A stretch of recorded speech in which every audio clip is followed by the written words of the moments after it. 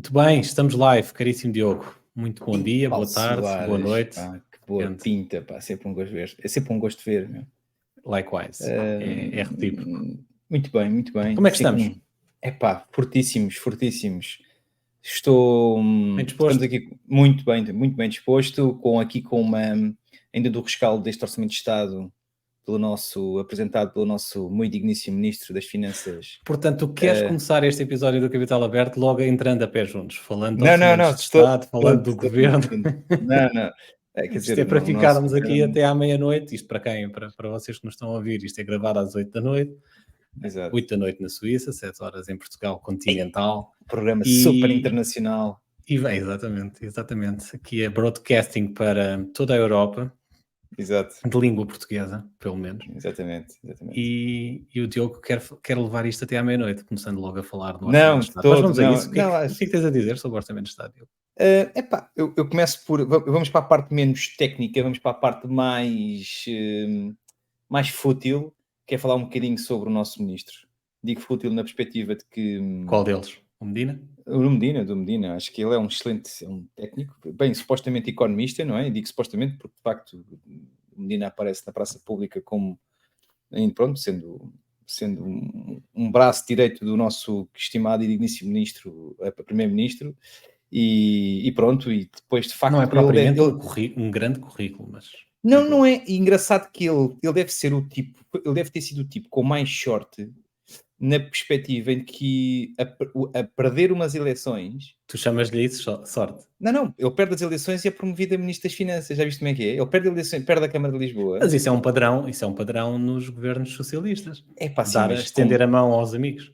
é pá, sim, bem, isto não é uma mão, isto é estender sei lá, isto é um tapete vermelho que é interessantíssimo, quer dizer, para não te preocupes, querido, olha, se não ficares com Lisboa, a gente arranja-te aqui uma pastinha aqui ministerial aqui das finanças, que o nosso país, pronto, já que tu não serves para, já que o povo não te quer, o povo não, parte do nosso povo não te quer governar Lisboa, mas a gente aqui mete nas Não finanças, serves é para pá, de Lisboa, facto, mas serves para o país inteiro. é pá, sim, fraquíssimo, pá, na minha opinião, fraquíssimo.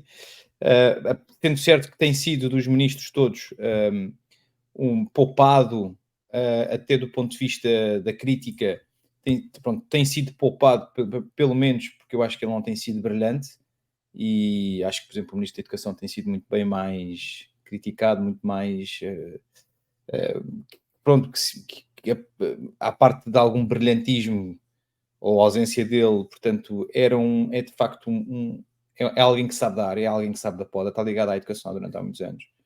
E, portanto, choca muito menos que alguém tente fazer uma reforma e o país estranhe e se revolte, não é?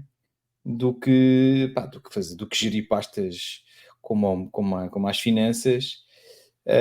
E depois, ainda hoje, com um país como estamos aqui a tentar. Quer dizer, nós estamos aqui a tentar, já estamos aqui devagar, mas esta questão do superávit, da gente ter aqui algum sustento orçamental numa situação em que o país está virado de pantanas, isso não acho que não é fazer um bom trabalho. Acho que não é fazer um bom trabalho. Todo. Mas Acho que não olha, é. enquanto Presidente da Câmara, esteve bastante ativo pelo lado negativo. Não esteve bastante ativo, esteve bastante em foco, ou debaixo dos holofotes mediáticos, eh, por causa de um tema que te é bastante próximo, que é o tema da habitação, em Lisboa em É pá, particular, sim, não é? sim, sim, sim. Pá, um lobismo fortíssimo na Grande Lisboa. Ah, Que a de questão. resto já vinha de trás, não. Sim, sim, não, a culpa não é dele. Nisso não é a culpa não é dele. Sendo que de facto o Medina apanhou Lisboa numa fase de explosão imobiliária, não é? E não só, e também da questão da promoção do novo tipo de investimento imobiliário na questão dos ALs, dos Airbnbs da vida, e na questão do lobismo dos hotéis, da hotelaria, de facto, por acaso não vinha com estes números ensaiados para aqui, para hoje, para esta conversa, mas fora a pandemia, eu diria que os hotéis que abriram anualmente em Lisboa, hum, hum, boas dezenas de hotéis a abrirem anualmente, quer dizer, e fora a parte dos Airbnbs, que, face ao valor super inflacionado em que as pessoas que realmente viviam em Lisboa viram-se na tentação de vender as suas casas a preços nunca antes vistos, não é? Situações de duplicar, diria até triplicar o valor real da casa. E pronto, e hoje temos o que temos, não é? Que estamos com o efeito tampão de culpar os estrangeiros pela esta especulação imobiliária. Ó Diogo, mas não achas que essa é verdade que se construiu muito alojamento local, muitos hotéis, nos últimos, sei lá, 10, 15 anos, mas não Sim. achas que isso foi, de alguma forma, também a recuperação de um terreno perdido de Lisboa face àquilo que é? Nós não nos podemos esquecer que Lisboa é uma capital europeia, embora não Sim, sim. parecesse há 15 anos atrás. Eu comecei a minha carreira profissional, além de ter estudado em Lisboa, também comecei a minha carreira profissional a trabalhar na Baixa de Lisboa, e fui assistindo isto, estamos a falar de 2006, portanto já foram há uns anitos, e, e aquilo que era a Baixa de Lisboa, na altura, nestes anos, nos anos de 2000 e picos, não condizia em nada com aquilo que é a Baixa de uma capital europeia. Lisboa estava Sim, anos de Paris, de sim, Madrid. sim, sem dúvida, sem dúvida. E sempre com aquele, e nós portugueses, sempre com aquele estigma do se isto estivesse nas mãos dos espanhóis, isto era um paraíso, isto era altamente explorado, e continuamos ainda com essa. E havia de facto oportunidade de investimento, que os Tanto portugueses não que, aproveitaram, não é? sim, sem dúvida, sem dúvida.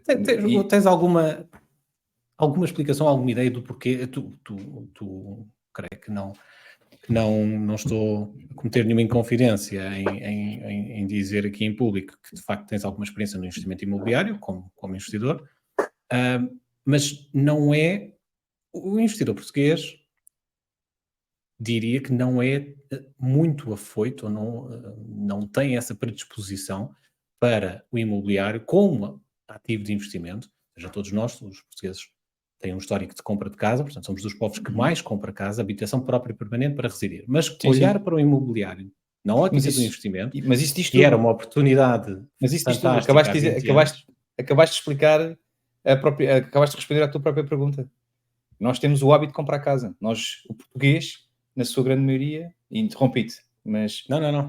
interrompi-te, mas Compra essa é a casa e resposta. não investe em casa, é isso? Sim, tipo, nós não temos o hábito, o português não tem o hábito, presumo, esta conversa lá está a fugir completamente daquilo que era o ensaio de Não, não, hoje, não, mas, pelo não, contrário, o e bem, e imobiliário bem, é um tema relevante. mas se tu fores a ver bem, o português, aos 23 anos, que neste momento, antigamente, e digo aqui antigamente, num passado muito recente, as pessoas quando faziam a mudança da saída de casa, tipicamente o primeiro objetivo, para além de comprar o carro, é comprar uma casa, não é?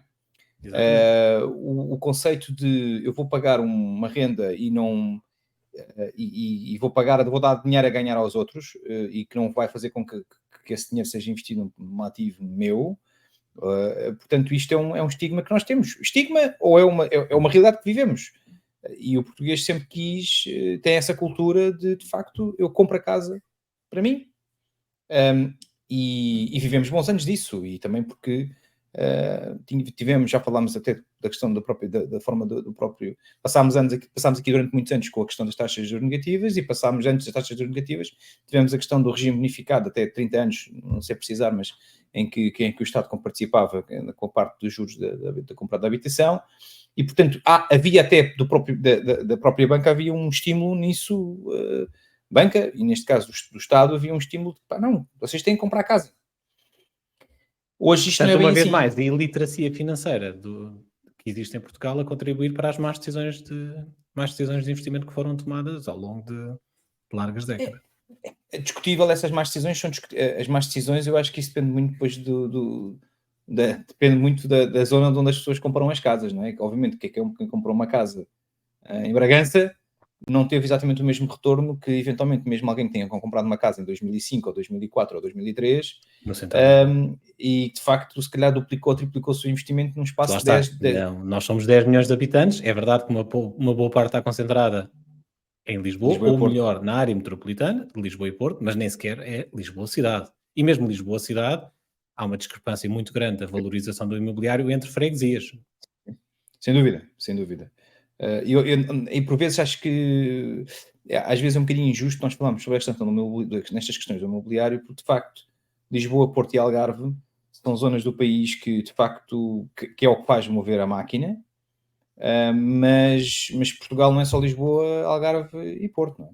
E portanto, a questão de super especulação, grandes transações, grandes movimentos, grandes investimentos, sim, concentram-se essencialmente nestas três grandes áreas, mas obviamente temos belíssimos exemplos, como é a Costa Vicentina, por exemplo, também acho que também é um bocadinho que também está super inflacionado. Temos um bom exemplo bastante recente também da especulação imobiliária, que foi a redescoberta da zona da costa ali de Troia, com Porta, Melides, portanto, em que hoje se vende-se um metro quadrado no meio quase no deserto, evocando aqui o antigo ministro. De facto, a coisas a preços que são inconcebíveis, mas pronto, estamos a fazer ali estamos a tentar recriar na zona da Comporta e de Melides, estamos a tentar recriar um conceito oleodesco que, pronto, que para mim neste momento acho que ainda não há grandes certezas que aquilo vai vingar. Mas estamos a falar de construções e estamos a falar de empreendimentos ou áreas urbanas sim. de segmentos Grandes, muito específicos, de luxo, não é? Luxo, exatamente. Não é de facto high-end. Exatamente, Mas é pronto, o grosso do mercado imobiliário em Portugal. Mas voltando atrás, e o ponto que gostava sim. de focar aqui contigo pela tua experiência é perceber se tu achas, ainda assim, porque há duas vertentes completamente diferentes. Há a vertente de comprar casa no centro de Lisboa há 20 anos atrás, quando Lisboa estava ao abandono, quase, e que era de facto uma oportunidade de investimento extraordinária que foi desaproveitada pelos portugueses, ou por Sim, uma sem parte dúvida. deles. Foi aproveitada por alguns, e bem que hoje estão a ser atacados, mas isso fica para outra, para outra edição do nosso exatamente. podcast. Mas depois há de facto a decisão de investimento de comprar uma casa em qualquer outra área da cidade, que não estas áreas de investimento considerado mais especulativo, é uma boa decisão de investimento ou não? Comprar a casa. Como veículo, como ativo de investimento. Quando hoje? Sim, hoje. Hoje ou no Hoje, passado. fazendo aqui um paralelismo, não é, com aquilo que é a tua vida, eu acho que hoje comprar uma casa em território muito quente, que é o que, como falámos, destas zonas de Lisboa, Porto e Algarve, eu acho que neste momento não é, acho que estamos completamente no pico, um pico que eu acho que é um pico para próximos 2 anos. Acho que dificilmente acho que se façam bons investimentos neste momento, a não ser em casos muito pontuais e realmente bons negócios. Mas a preço de mercado, aquilo que neste momento é habitual no mercado, eu penso que é difícil neste momento fazer-se bons investimentos. Até porque acho que o mercado, e aquilo que se tem escrito muito, é que vai haver uma baixa de preço, vai cair os mercados, o preço das casas de forma generalizada vão cair, ligeiramente, mas vão cair, Mas isso é algo que se ouve dizer já há algum tempo a esta parte. mas vão cair. E nunca aconteceu. Vão cair. Não, mas neste momento, estatisticamente, como te disse há pouco, estávamos a falar um bocadinho, neste momento tens, como há pouco te disse, neste 6º trimestre, a variação do preço foi para menos 0,5% em todo o Portugal. Lisboa e Porto ainda não se teve esse comportamento, mas a média, neste momento, o valor acumulado de tudo aquilo que são as transações que foram realizadas no 3º trimestre, portanto, mostra que, de facto, já se começa a haver um abrandamento nisso. Estamos a falar de um trimestre, não é ainda representativo. Estes períodos de curto prazo de abrandamento ou de refriamento de preços são normais e são comuns. Agora, no médio e longo prazo, será que a tendência será essa? Certo, o 3º trimestre não deve ser a referência do ano, mas se olharmos com algum critério, porque é que poderá ter sido este 3º trimestre a ter este comportamento, diria, estamos neste momento num trimestre que praticamente já se venceram, todas as pessoas já renovaram as suas taxas de Euribor em termos das suas créditos de habitação, ok? Isto significa o quê? Significa que neste momento toda a gente praticamente tem, com exceção das pessoas que têm de facto a taxa fixa, não é? Mas têm neste momento já todas os seus créditos de habitação atualizados, às taxas de juros em vigor, portanto atualizadas a vigor, neste caso a 12 meses, 3, 6 ou 12 meses, e neste momento toda a gente já está a pagar, está a levar o real embate daquilo que é ter as taxas de juros atuais. E por isso, forçosamente, as casas começam a ir para o mercado, começa a haver mais casas, e também começa-se a vender menos casas porque o crédito também está a ser mais restrito. Portanto, começa a haver aqui alguma asfixia do ponto de vista da forma como o crédito também era, como ele é feito. Ora, se começamos a ter esta restrição tanto na capacidade das pessoas que já tinham o crédito e a forma como conseguem pagar os seus compromissos mensalmente, e aquelas pessoas que querem comprar casa para N razões e que não conseguem contrair esse crédito, portanto, neste momento eu penso que isto este trimestre começa a ser o reflexo de ok, já está toda a gente no mesmo plano, já está toda a gente está a jogar com as mesmas regras do jogo e tendencialmente eu penso que isto serão as regras que se vão perdurar e, portanto, não se vislumbra que as taxas de juros venham a baixar e de facto... Portanto, tu enquanto especialista em mercado... Paulo, não tenhas a menor dúvida de que alguém que tinha feito um empréstimo para comprar uma casa portanto, acho que não vale a pena entrarmos em grandes dados técnicos, mas grosso modo, alguém que tivesse comprado uma casa, que houve muita gente, 350, 400 mil euros, que de facto pagaria uma renda na ordem dos 1.200 ou 1.500 ou 1.800 euros de renda, neste momento estão a pagar 2.500, 3.000 euros. E isto, obviamente que isto há muitas variáveis que entram aqui para estar a dizer isto assim de forma tão leviana, mas assim, tudo no shaker, isto dá isto e isto tem um impacto direto na vida das pessoas. E, portanto... Não, e falas de um ponto importante, sobretudo porque estás a dar um exemplo de pessoas que fizeram a aquisição de habitação através de recurso ao crédito, que é uma realidade completamente diferente daquilo do investidor que tem capitais próprios para investir no imobiliário. Exatamente. Neste momento, eu digo-te com alguma propriedade, tu neste momento, se quiseres ter alguma yield de retorno no imobiliário, de investimento que possas fazer, seja para arrendamento, tu tens que vencer a inércia e se recolheres a capital alheio, tu vais ter que vencer a inércia do empréstimo que possas, ou do investimento que possas obter, mais do investimento que procuras ter de retorno 7, 8, 10 anos, 12 anos, 13 anos. Portanto, neste momento estamos a ver uma fase em que, como tu dizia bem, o investidor, neste momento, para ter, de facto, um retorno real rápido, ou pelo menos dentro do seu Excel, terá que ser com capital próprio. E pronto, e que aí dos investidores, estamos logo a colocar aqui um funil grande, pronto, porque há muita gente que investe sem recorrer ao capital próprio, não é? Em que se financia, não é?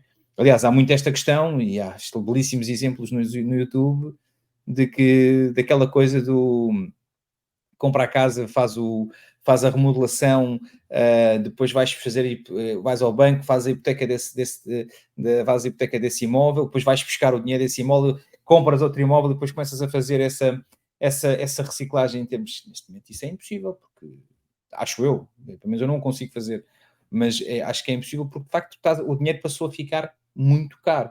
Historicamente, historicamente, o retorno do mercado imobiliário é entre 3% a 4%. Isto no muito longo prazo. Sim. Obviamente estamos a falar de dados históricos e globais, não estamos a falar de investimento imobiliário nas zonas X, Y ou Z.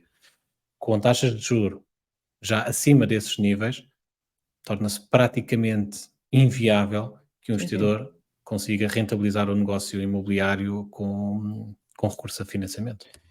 Grosseiramente falando, aqui para depois quem nos poderá criticar, até a mim em particular, mas grosseiramente falando, e não indo muito para a área técnica daquilo que são os números ou daquilo que representa em termos digamos, daquilo que significa em termos financeiros, mas antigamente quem investia no imobiliário gostava de ter uma yield de 7%. Esse era o número mágico. Não é real. Hoje em dia não tens isso. Hoje tu começas a ter anúncios. E mesmo antigamente, Diogo, essa é uma yield é uma yield fictícia que as pessoas, se calhar com uma... Yield bruta, portanto estamos a falar de exato, mas a questão é que uma yield bruta no mercado imobiliário vem para... Se depois introduzires todos os custos inerentes a teres património imobiliário, se calhar a yield bruta vem para metade a yield líquida vem para metade do valor bruto. Sim.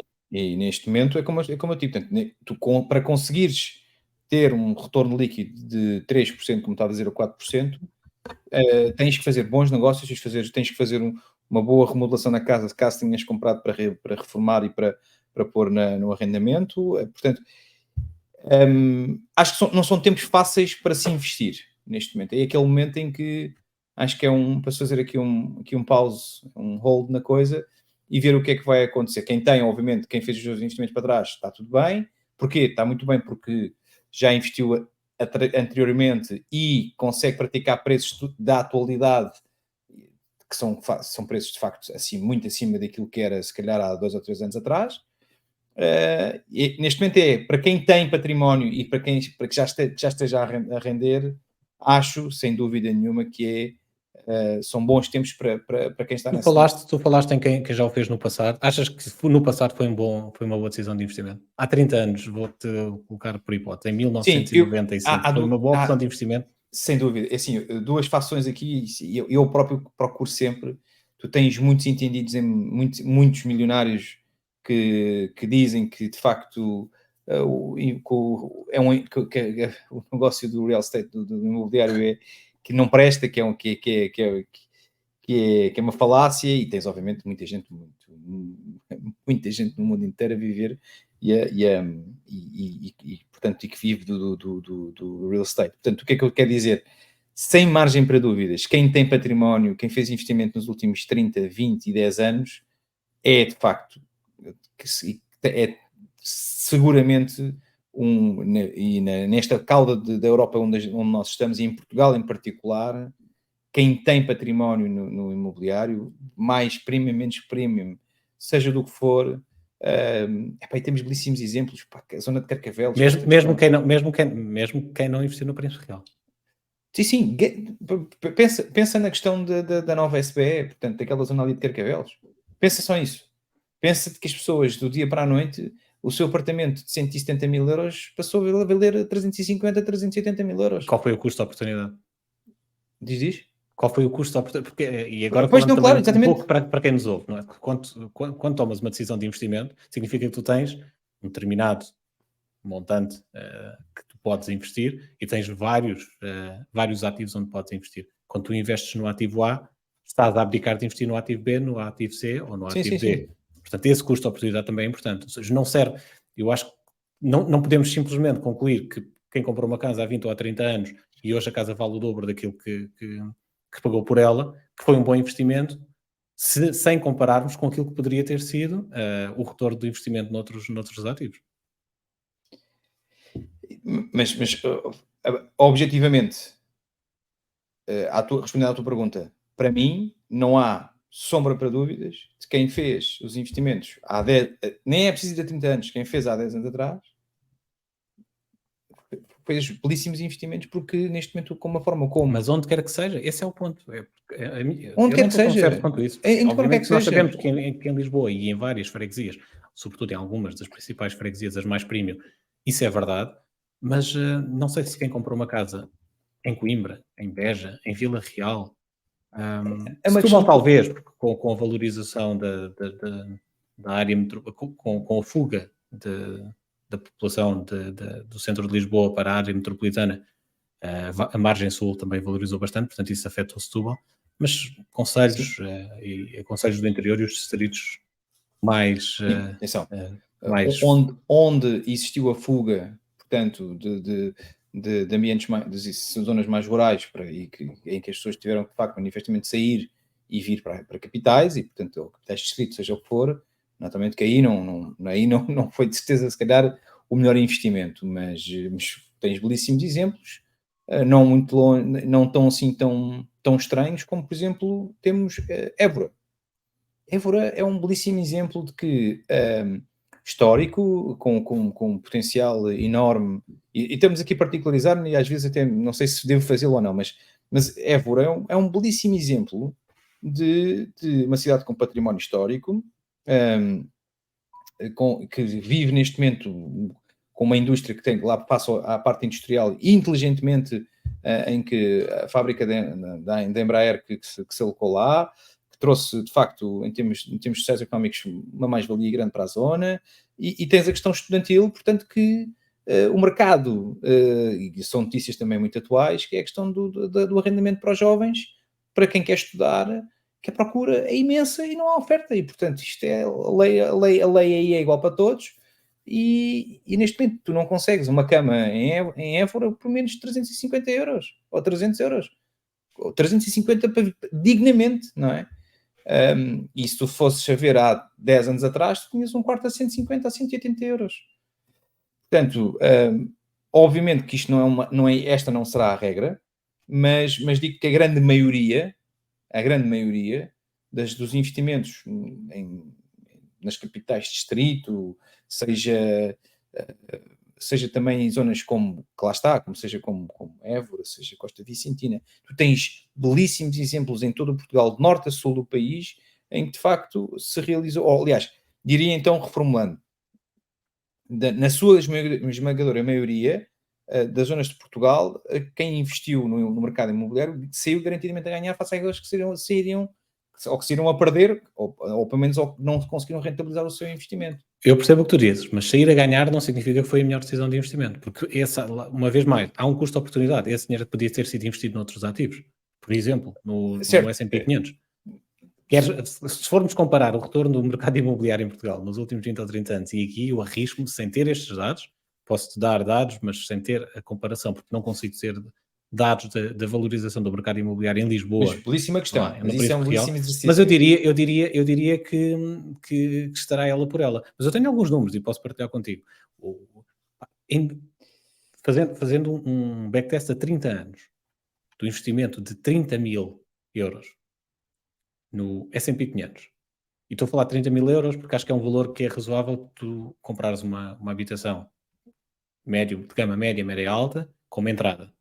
Ou seja, recurso a financiamento, uma entrada de 30 mil euros, em vez de comprares essa habitação, investiste no S&P 500. Esses 30 mil euros hoje investidos em 94, hoje valiam... Deixa-me só terminar aqui o cálculo. Desta vez 500 mil. 500 mil euros. 500 mil euros. Ok, então pronto. Entre teres dívida e não te esqueças que se tu comprasses uma casa de 300 mil com 30 mil de entrada, com uma taxa de juros média de 3%, estamos a falar num empréstimo a 30 anos, estamos a falar de pagar 50% mais pelo teu imóvel. Se pagares 450 mil. Ou seja, não só, é verdade, tens uma habitação, mas tens a dívida também. E mesmo que a valorização do imóvel tenha sido significativa, até que ponto é que compensou tu pagares a dívida e ainda teres o retorno do capital para te compensar este ganho? Certo, isso é um belíssimo exercício. A questão que eu te posso dizer a questão que eu te posso fazer é, nos últimos 30 anos, quantas vezes os teus 30 mil euros chegaram a não valer 30 mil euros? Ou menos que 30 mil euros? Isto porquê? Porque sabes que existiram de facto grandes crises ao longo destes anos, não é? E que, pronto, obviamente hoje, ao fim de 30 anos, vale os 500 mil, e ter o coração para aguentar essa volatilidade. Se tu fizeres do investimento no mercado, no S&P 500 ou no mercado acionista, ou naquilo que tu quiseres, com a mesma filosofia de investimento com que tu compras uma casa, a questão é que tu não fazes, e tipicamente o investidor deveria fazer isso. Tu deverias, enquanto investidor no mercado de capitais, ter a mesma abordagem com que compras uma casa. Uma abordagem de longo prazo. Sim. E, sobretudo, uma abordagem de não quereres monetizar imediatamente o investimento. E não quereres monitorizar diariamente o investimento. Que é aquilo que qualquer investidor imobiliário faz, seja um investidor que comprou uma casa para habitação própria permanente, seja um investidor que comprou uma casa para rentabilizar. Tu não compras uma casa e não vais todos os dias ao computador ver quanto é que aquela casa vale, quanto é que um metro quadrado vale naquela zona. Estás perfeitamente predisposto a aceitar os drawdowns. Devias ter o mesmo, se tiveres a mesma filosofia de investimento nos mercados de capitais, as coisas funcionam da mesma maneira. Mas olha, mas a questão é esta. Eu, se tivesse investido uma casa em 94, 30 mil euros, o que eu teria feito garantidamente, eu não ia comprar a casa e ficava à espera que ela caísse de maduro. O que eu iria garantir era que a casa fosse, por exemplo, eu em 30 anos com 30 mil euros, garantidamente, se calhar era capaz, e isso podemos fazer esse exercício, mas se calhar eu podia ter eventualmente uma valorização até de 1 milhão de euros. Porquê? Porque os meus 30 hoje, nem em 94, nem em 96, vendia a casa por 40, ou por 45, Mas uma vez comprava mais, outra... estamos a falar em zonas premium, não estamos a falar da globalidade do país. Isso é verdade se tu tivesses comprado, uma vez mais, Claro, exatamente. a Casa da Misericórdia, eu- no Príncipe Real, no Bairro Alto. A tua pergunta pode, se tivéssemos um comportamento estático, sim, a tua resposta é completamente fácil de se fazer ou de se dar, mas certamente eu nunca ficaria com uma casa por 30 mil euros parada no tempo à espera que ela valorizasse 500 mil euros, que isso não ia acontecer garantidamente, ou pelo menos a minha forma de investir nunca seria com essa perspectiva. Portanto, eu iria fazer investimento em 30, vendia por 40, depois voltava a comprar uma 35 e depois vendia por 60 e por aí adiante. Em 30 anos, certamente que eu iria estar hoje com uma casa se calhar de 1 milhão de euros. Ao fim de 30 anos, garantidamente. Ou seja, é preciso teres uma estratégia e teres um plano. Sim, sem dúvida. Obviamente que se dotássemos numa postura de 30 mil euros de uma casa em arroz e 30 mil euros indexado ao S&P 500, portanto... Atenção que os 30 mil euros que eu falei não é o preço do imóvel, porque acredito que mesmo nessa altura, ou se calhar talvez fosse. Sim, terias ter casas no 94. Intendente, 30 mil euros... No interior do país, seguramente. No interior, então, pronto, garantidamente, mas de facto, não, acho que o comportamento do ponto de vista do investimento não há um paralelismo direto, pelo menos aos olhos de quem investe. Não é? Portanto, eu não ia estar à espera que a casa, que esses meus 30 mil euros estáticos no tempo, até porque, repara, ter uma habitação ou ter um investimento, ter uma casa, existem um conjunto de custos indiretos, nomeadamente os IMIs, nomeadamente os seguros, as manutenções, porque depois os condomínios, portanto, há um conjunto de custos que a própria casa vai tendo, que se não for de facto bem gerido na tua estratégia, como estavas a dizer, de investimento, é um buraco. Portanto, sim, o ponto que eu falei foi único e exclusivamente o retorno financeiro. Não estou a falar sequer da tranquilidade que é tu comprares um ETF do S&P 500 e ficares sossegado e esqueceste que ele existe, que na verdade os únicos custos que tens são custos marginais da conta bancária ou do broker onde tens o investimento, e comparar isso com de facto todos os custos inerentes, e o time consuming de fazer a gestão do imóvel. E agora a pergunta que eu te faço é, se eu hoje investisse 30 mil euros no S&P 500, a pergunta que eu te faço é, achas que eu conseguia ter a mesma rendibilidade ao fim de 30 anos, mais ou menos, ou um pouco, ou neutro, ou digamos... Olha, eu acho que é perfeitamente possível que seja a mesma. É difícil eu repito isto muitas vezes, não temos uma bola de cristal, ninguém tem uma bola de cristal, portanto ninguém pode dar garantias futuras de retornos. Agora, duas coisas em relação ao mercado americano, o mercado acionista americano, que são incontornáveis. Primeiro, que é de longe é o maior mercado, representa 60% do mercado acionista mundial, é um mercado com uma grande discrepância face a todos os outros mercados, com a maior valorização ao longo das últimas décadas.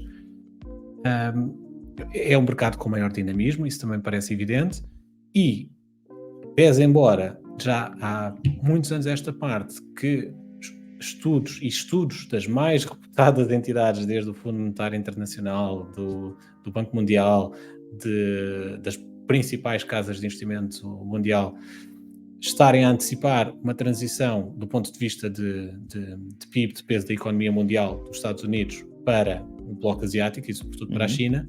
O que é verdade é que isso tarda em acontecer e as previsões vão sendo consecutivamente postecipadas. Já as previsões mais antigas já apontavam que a China fosse a maior economia mundial em meados do ano 2020. Já tínhamos falado isso. Sim. Já tínhamos falado sobre isso, não aconteceu. Há previsões para 2030, dificilmente vão acontecer. Há muitas previsões para 2040, 2050, e eu quase que aposto que quando lá chegarmos vamos estar com o mesmo discurso. E a China Portanto, está sim, hoje, eu diria que... China está hoje alegadamente com questões financeiras estratégicas difíceis de gerir. É uma economia bastante complicada, é uma economia muito fechada, é uma economia pouco transparente, é uma economia onde não há liberdade de estabelecimento, uma economia onde o Estado de repente pode nacionalizar uma empresa. Há uma série de por muito... Há de facto um ponto fundamental na economia chinesa e nos mercados asiáticos, que é a demografia, e eu nem qualquer investidor pode negligenciar isto. O peso da demografia é fundamental no crescimento do produto interno bruto das economias, e sobretudo quando pensar a longo prazo. E a demografia está lá, claramente, não está nos Estados Unidos e muito menos na Europa. A escala de uma China é uma coisa... É impressionante. Mas, de facto, estas transições se calhar são muito mais lentas do que aquilo que no papel os economistas e nas suas folhas de cálculo querem fazer parecer. Eu, se calhar, admito que em 2100 que a China seja, de facto, a maior economia do mundo. Agora, e acho que toda a gente poderá acabar por ter razão, têm muita pressa que as coisas aconteçam, acham que as coisas vão acontecer. Nós também achávamos em 1990 e nos anos 2000 que em 2023 já tínhamos carros voadores, não é?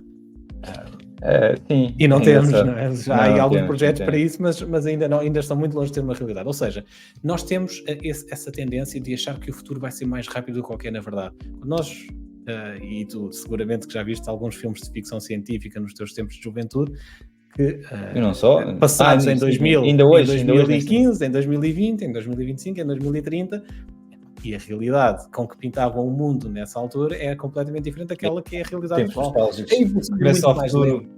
evolução é muito mais lenta do que aquilo que as pessoas perspectivam. Portanto, eu diria que sim, se falando neste horizonte temporal de 20 a 30 anos, não me custa nada acreditar que o retorno do S&P 500 seja muito semelhante àquilo que foram os últimos 30. Mas, portanto, estamos sempre aqui nesta luta aos dois onde é que vale a pena de facto investir, não é? Ou pelo menos onde é que cada um a puxar a brasa à sua sardinha. Eu continuo a achar que o mercado imobiliário é de facto uma belíssima aposta e de facto tem-se feito bons negócios, muita gente a ganhar dinheiro com o imobiliário. E temos uma coisa muito boa, é que não temos um semáforo, não temos um indicador que nos diga diariamente quanto é que a nossa casa valorizou ou desvalorizou. E isso... Esse é um fator muito importante, sobretudo na gestão psicológica dos nossos investimentos. Claro. A malta, ainda nós, então, eu próprio tenho essa questão que é, continuo a achar que as 4 paredes, um teto, um chãozito e uma cozinha e um quarto, dá, nem que seja para dormir e que nem que dá 200 euros ou dá 100 euros por mês, pelo menos para uma pessoa poder fazer dele um negócio, mas eu acho que é importante e não estou de todo a desvalorizar o mercado imobiliário como classe de ativo, que acho que é importante, e como ativo de investimento. Acho sim que é importante numa ótica de diversificação dos seus investimentos, não numa ótica com que muitos investidores portugueses o fazem, que é de facto concentrar grande parte ou esmagadora maioria do seu património no imobiliário, porque acho que além dos riscos inerentes ao mercado imobiliário, eu costumo dizer, tu não pagas as contas na mercearia com uma casa.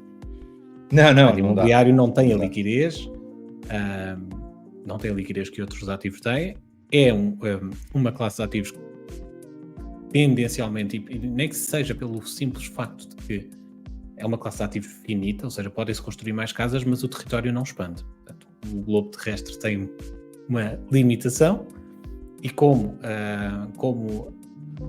até pelo peso do crescimento demográfico, o espaço para construir a terra terá-se um valor cada vez mais relevante e crescente, e por isso é que de facto o imobiliário é uma classe de ativos que tem vindo a valorizar consecutivamente ao longo da história, desde sempre, com alguns drawdowns pelo caminho, mas tem valorizado desde sempre. Agora, não é com os retornos que a esmagadora maioria dos investidores pensam que vão obter, porque de facto olham para o imobiliário aos olhos do investidor que comprou um apartamento no Príncipe Real ou no Chiado ou na Misericórdia e duplicou em meia dúzia de anos. Não é assim que funciona. E há pouco, por acaso, eu só vou voltar um bocadinho atrás daquilo que é a minha perspectiva, e isto quando estamos a fazer assim live e nestes assuntos mais inesperados, não consigo ter assim um raciocínio logo tão expedito para conseguir dar uma resposta muito, muito mais sólida. Mas e há um comportamento interessante, enquanto eu digo, e há pouco, isto no complemento da ideia de há pouco quem já fez investimentos no passado ou num passado recente, 10 anos, 5 anos, na habitação, no imobiliário para arrendamento, e eu digo e sustento que de facto que ainda continua a ser um belíssimo negócio, vem na perspectiva de que é a primeira vez em que o mercado, o preço das casas começam a baixar, mas vê-se um comportamento diferente em que as rendas começam a subir, ok? Nós estamos a ter aqui um crescimento grande nas rendas das casas e, curiosamente, sente-se que isto também está a ser alavancado não só e apenas e só em Lisboa, no Porto e no Algarve. Portanto, em todo o país também se sente que as rendas, que é neste momento digamos, uma grande aposta na parte de quem investe no imobiliário, é que as rendas, neste momento, o preço do imóvel poderá vir a baixar, eventualmente, por as circunstâncias que vivemos atualmente, já falamos sobre isso, mas o preço das rendas aumenta. Portanto, achas que de facto há esta discrepância neste momento? Estamos numa fase em que há essa sem dúvida sintonia nenhuma entre aquilo que é a evolução do preço do imobiliário no mercado de compra e venda e o mercado de arrendamento. Claro, obviamente, na sua proporcionalidade, não é? Mas sem sombra para dúvidas, aliás, os números não enganam, e vejo diariamente as notícias, ou mensalmente, ou trimestralmente, ou semestralmente, que o preço da renda está constantemente a subir e a aumentar. Aliás, as manifestações que ocorreram da semana passada, há 2 semanas, aliás, são espelho disso. Portanto, e digo-te, aliás, e digo-te que cidades zonas que não são Lisboa e Porto, à data de hoje, como é o caso, uma vez mais pegando, e falaste de Coimbra, falei de Évora, portanto, esse crescimento é, se calhar, até superior àquilo que tem sido Lisboa ou Porto. Muito interessante, dados que temos... No mercado de arrendamento? No mercado de arrendamento. Não sabia. Dados, várias fontes. Muito bem. Mas olha, acabámos por nos focar maioritariamente aqui no mercado imobiliário. Acho que é uma boa conversa, é um tema atual, seguramente que interessa a muita gente. Acho que seria interessante também falarmos, e fica prometido isso para um próximo episódio, falarmos um pouco mais do ponto de vista prático, e isso era um desafio que eu te queria deixar aqui também para uma próxima conversa entre nós. Falarmos um pouco, porque falámos de facto muito do ponto de vista na teorização sobre o mercado imobiliário, mas acho que era interessante, e quem nos ouvia gostar de perceber um pouco mais da tua experiência enquanto investidor, o beabá de investir no mercado imobiliário, ou seja, aquelas coisas básicas em que tu pensas. Acho que hoje já vamos longe no tema, mas fica para o outro dia falarmos sobre os baby steps ano ao ano. Investir um ano ao ano, o que é importante, o que é que deves ter em consideração, o que é que tu olhas, o que é que tu pensas quando decides fazer um investimento imobiliário. E boas práticas, não é? Exatamente, acho que isso era interessante, fica prometido para um próximo episódio. Acabamos por não falar sobre os mercados que estão, ainda bem, porque de facto também não estão propriamente simpáticos. A última semana e meia, os últimos 2 dias já foram de alguma recuperação, mas não tem sido um verão muito, muito simpático no mercado financeiro. Falámos do retorno do S&P 500 a 30 anos, que foi fantástico, mas depois no curto prazo, e aquilo que tu dizes, e bem, para aquele investidor que gosta de todos os dias e ver quanto é que já ganhou ou quanto é que está a perder, não tem sido um ano propriamente simpático, com muita volatilidade, e as últimas 2 semanas, então, foram de facto de queda bastante significativa. E queria trazer aqui também, só para fecharmos o tema do mercado imobiliário, e porque também vai em linha com aquilo que estávamos a falar, que é o gerir emocionalmente o investimento no mercado de investimento de ativos financeiros. Isso é uma outra disciplina. Curioso. Isso é uma outra disciplina, não é? Portanto, que a psicologia nos investimentos. Isso é só toda uma disciplina muito complexa de como muito reagir. Complexa, e que faz toda a diferença, e eu até mais, e arrisco-me a dizer que um investidor que consegue sustentadamente no longo prazo ter retornos positivos nos seus investimentos, a razão que explica esse sucesso número 1 dos investimentos está muito mais ligada com a psicologia do investidor, com a forma com que gera os seus investimentos, e mais do que isso, do que propriamente na escolha dos veículos de investimento e dos ativos financeiros. Claro que isso também é importante, mas onde vejo cada vez mais investidores a cometerem erros é de facto na gestão emocional dos seus investimentos. Porque por vezes tu podes definir uma estratégia de investimento que é perfeitamente adequada para ti, para os teus objetivos, para o teu perfil, mas depois não conseguires gerir emocionalmente a estratégia e se tu estás constantemente a desfazer e a refazer novamente, não vais conseguir retirar o melhor dos mercados. Este ano, e falei nisso, não diretamente relacionado com isso, mas indiretamente tem algo a ver, e falei nisso na minha newsletter da última semana, que é a discrepância no retorno do mercado do S&P 500, e falei especificamente no retorno do S&P 500 no ano 2023, que está com uma média de, agora talvez nos 12%, subiu bastante nos últimos 2 dias, mas estava na altura que fiz a newsletter na passada sexta-feira com 10% de retorno positivo, mas em que dos 11 setores do S&P 500, apenas 4 estavam com retorno positivo e 7 com retorno negativo, o que é extraordinário. Ou seja, tu tens um índice com uma média positiva de 10%, mas para esses 10%, só 4 setores em 11 é que estão a contribuir positivamente. E isso é um padrão atípico, não é? É muito atípico, é extraordinariamente atípico. O que tu tens num ano bom nos mercados financeiros, e falando no exemplo específico do S&P 500, no ano bom no S&P 500 tu tens a esmagadora maioria dos índices, para não dizer todos, dos setores todos positivos, uns mais do que outros, naturalmente, há setores, obviamente, há sempre setores, sobretudo nos anos bons de mercado, há os setores mais agressivos, mais cíclicos, que são aqueles que tendem a subir mais, os setores mais defensivos são aqueles que ficam um pouco para trás, mas na generalidade todos têm retorno positivo. E da mesma forma que num ano negativo, a generalidade dos setores tem retorno negativo. Agora tu tens um ano positivo, e positivo em 10%, não é positivo em 1 ou 2, positivo em 10, o que é relevante, 10%, é ainda ligeiramente acima da média histórica dos últimos 30 anos que falávamos há pouco. Portanto, o ano, do ponto de vista do retorno do índice, está acima da média histórica. Ligeiramente acima, mas está acima da média histórica. E mesmo assim, só 4 dos 11 setores é que estão positivos, tens 7 setores negativos, e em que alguns deles com 20% de retorno negativo, como é o caso das utilities, que compara com os 40% positivos do setor tecnológico, é uma discrepância inacreditável. Estamos a falar de um desvio de 60% entre o setor que mais contribuiu para o retorno do mercado com aquele que mais penalizou.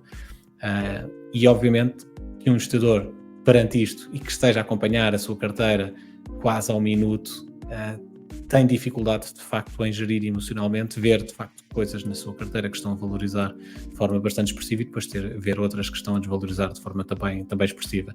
E isso faz com que muitas das vezes, isso é o trigger para más decisões de investimento, nomeadamente rebalanceamentos de carteiras que muitas vezes não se justificam.